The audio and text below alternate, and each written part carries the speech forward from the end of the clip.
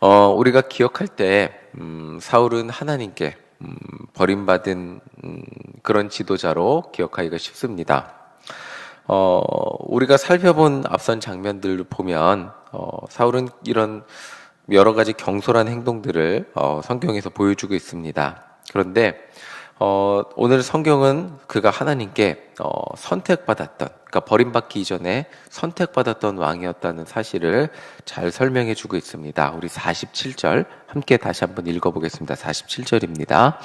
사울이 이스라엘 왕위에 오른 후에 사방에 있는 모든 대적 곧 모압과 암몬 자손과 에돔과 소바의 왕들과 블레셋 사람들을 쳤는데 향하는 곳마다 이겼고, 47절을 보면 사울이 왕위에 오른 후에 모든 대적으로부터 승리했다고 말해주고 있습니다.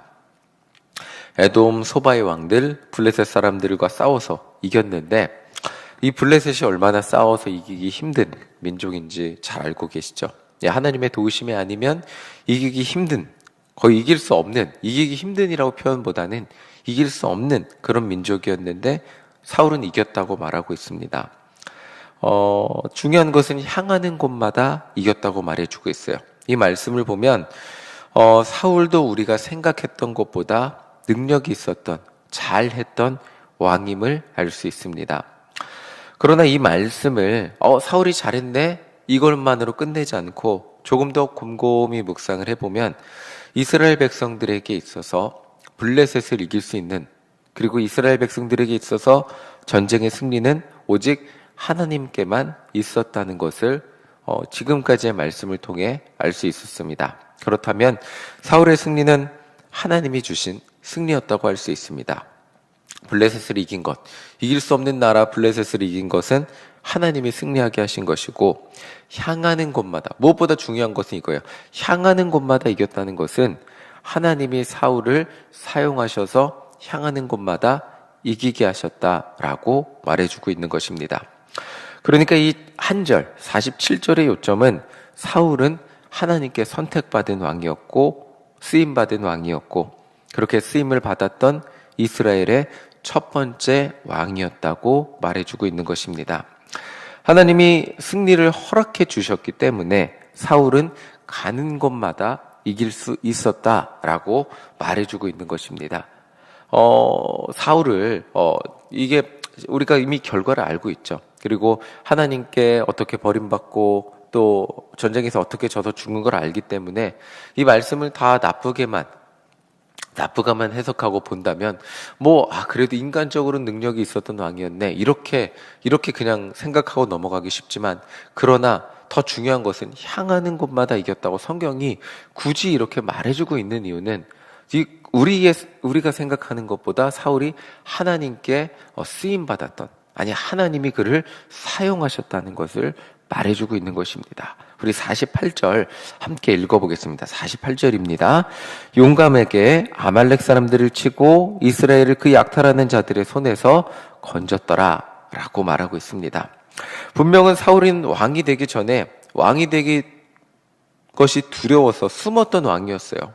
그래서 숨었던 왕이었는데, 그런데 성경은 사울이 하나님이 함께 하시자 왕으로 기름 부음을 받고 활동을 시작하자 48절에 어떤 형용사죠. 어떤 형용사가 포함이 되어 있냐면 용감하게 라는 단어가 포함이 되어 있습니다. 이게 굉장히 중요한 단어예요. 두려움이 많았던 사울이 용감해졌습니다. 이게 사람의 본성과 본질이 쉽게 변하지 않습니다. 두려움을 쉽게 느끼는 사람은 끝까지 두려움을 느끼고요. 처음부터 무모한 사람은 끝까지 무모해요. 이게 쉽게 변하지 않는데, 성경은 지금 사울을 설명할 때 용감하게라는 단어로 설명을 해주고 있습니다. 하나님께서 왕으로 기름 부음을 하시고 또 하나님께서 사용하시자 용감한 사람이 되었다라고 말해주고 있는 것입니다. 성경은 사울이 용감한 사람이 되어 아말렉 사람들과 싸워서 이기고, 더 중요한 내용이 다음에 나오죠. 사울의 용감함과 승리는 사울의 혼자 개인을 위한 것이 아니었습니다. 이스라엘을 약탈하는 자들로부터 구원하는데 쓰임받았다는 것을 말해주고 있습니다. 이 47절, 48절이 짧은 두 절이죠.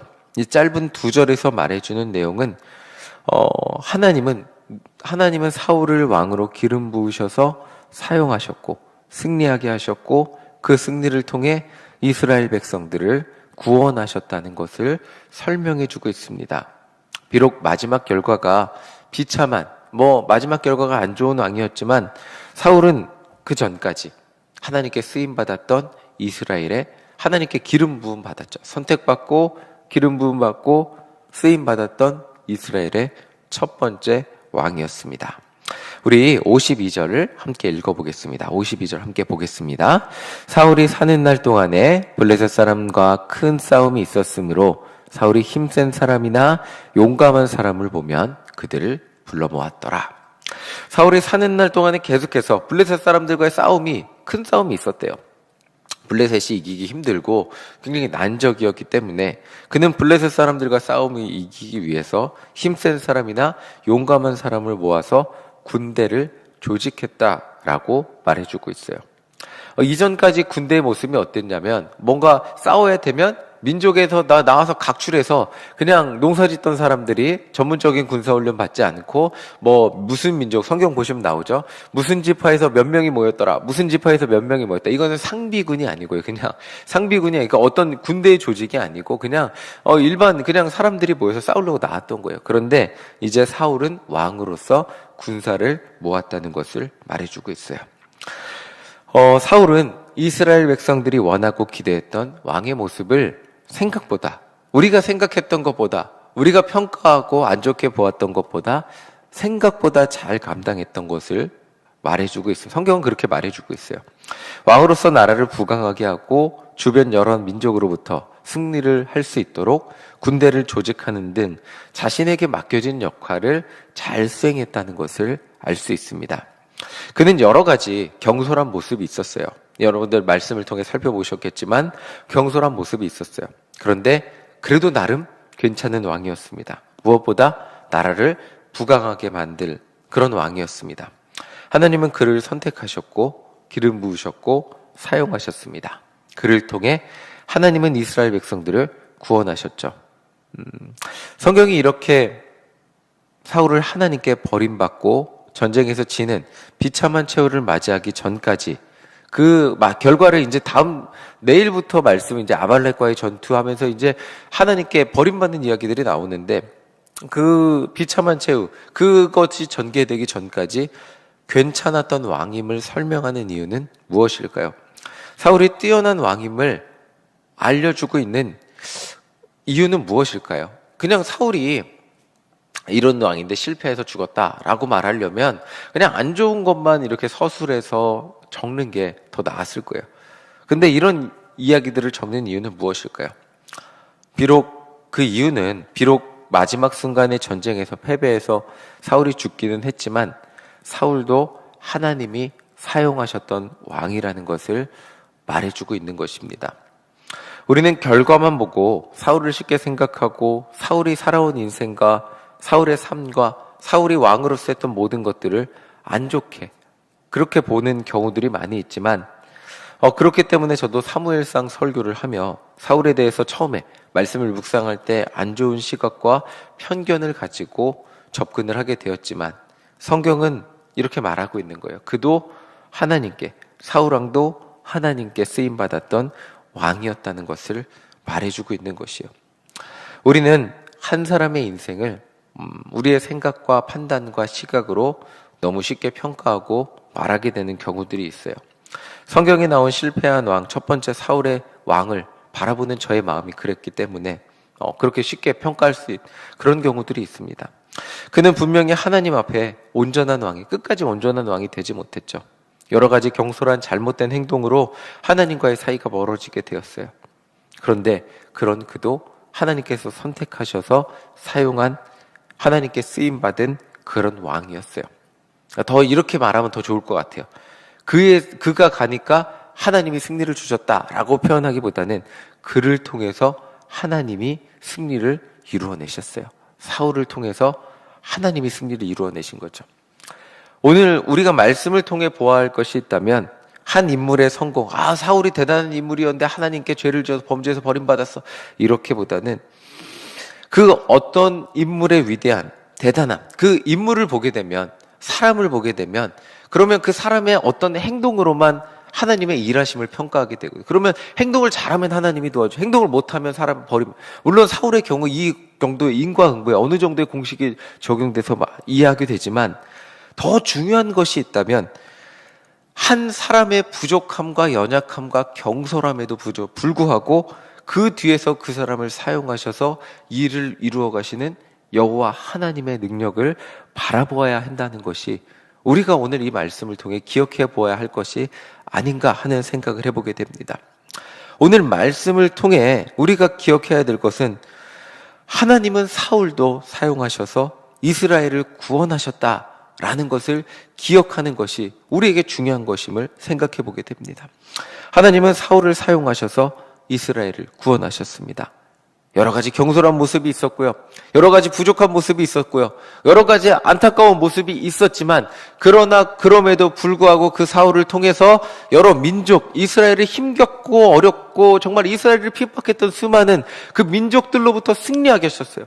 그리고 사울 자신의 영광만 추구한 것이 아니라 그 부족한 사울을 통해 하나님이 승리하심을 통해서 이스라엘 백성들이 평안이라는 복을 받게 하셨어요. 이 말씀을 통해 우리가 기억해야 될 것은, 우리가 사람을 바라보아야 될 때 하나님이 어떻게 한 사람을 사용하시는가, 내 마음에 드는 사람, 들지 않는 사람, 그리고 객관적으로 우리가 볼 때 저 사람은 안 돼 라고 생각이 드는 사람이 분명히 교회 안에 존재할 수 있습니다. 그리고 정말 내 마음에 들지 않는 사람은 수없이 많이 존재하죠. 그런데 내가 그렇게 평가되고, 내가 그렇게 생각하고, 내가 그렇게 불편한 그런 사람이라고 해서 그 사람이 꼭 안 좋은 사람, 부족한 사람, 그 사람이 꼭 내 평가와 판단에 의해서 그런 사람으로만 여겨질 수 있을까요? 우리는 그렇게 바라보고 판단할 수 있겠지만 하나님은 그렇지 않을 수 있다는 것을 생각해 보게 됩니다. 인간은 편견으로만 사람을 보지만 하나님은 한 사람의 가능성을 보시고 그 사람을 사용하시는 분이라는 것을 다시 한번 깨닫게 됩니다. 오늘 우리가 누군가를 너무나 쉽게 부정적으로 볼 수 있어요. 그리고 누군가를 너무나 쉽게 생각할 수 있어요. 그런데 그 누군가, 내가 쉽게 보는 누군가, 내가 부정적으로 판단하는 누군가, 그 누군가도 역시 하나님께 쓰임받을 수 있는 한 사람이라는 것을 말씀을 통해 기억하게 됩니다. 오늘 우리 눈에 부정적으로 보이고 쉽게 보이는 한 사람이 그 과거에, 그 사람의 지금 그 결과의 모습이 부정적으로 보인다 할지라도 과거에 하나님께 귀하게 쓰임받았던 한 사람이었다면, 그런 사람일 수도 있었다는 생각을, 아니 지금 부정적인 모습을 가지고 있어도 그 사람의 부정적인 모습이 변화되어 미래에 쓰임받을 수 있는 그런 사람도 될 수 있다는 깨달음을 얻게 됩니다. 우리는 인간의 생각으로, 우리의 눈으로 너무나 쉽게 평가하고 판단하지만 하나님은 다 나름의 이유가 있어서 그를 세우시고 사용하시고 하나님의 일을 이루어 가신다는 것을 기억하게 됩니다. 오늘 이 말씀을 통해 누군가를 편견의 눈으로만 바라보지 않고 하나님이 사용하시는 한 사람으로, 귀한 사람으로 바라보시는 우리 모두가 되시기를 간절히 소망합니다. 목회를 하면 할수록 깨닫는 것은 교회 안에 쓸모없는 사람은 없다는 생각을 매번 깨닫게 됩니다. 저 사람은 왜 일신교회에 하나님이 보내주셨구나. 그것을 제가 인간으로서 깨닫는 순간이 늦게 찾아오는 것뿐이지 하나님은 다 이유와 목적이 있어서 이분을 일신교회 이 자리에 앉게 하셨고 함께하게 하셨구나 라는 것을 깨닫게 되는 순간들이 성도님들 한 분 한 분에게 있다는 것을, 그 한 분 한 분을 바라보며 깨닫게 되는 순간들이 저에게 찾아오게 된다는 것을 기억하게 됩니다. 하나님은 한 사람 한 사람 다 이유가 있어서 만드시고 그를 사용하시고 그를 통해 하나님의 뜻을 이루어 가시기를 원하시는 것이 하나님이십니다. 오늘 일신교회 안에 모두 하나님께서 필요하셔서, 우리 일신교회에 필요하셔서 보내주시고 사용하시고 그를 통해 하나님의 뜻을 이루어 가시기를 원하시는 분이 하나님이심을 다시 한번 기억하며, 오늘 하나님께서 세우신 이 모든 분들과 함께 동역해 나갈 때 우리 일신교회 안에 하나님의 뜻이 이루어질 것을 기억하며 기도하는 우리 모두가 되시기를 간절히 소망합니다. 아멘.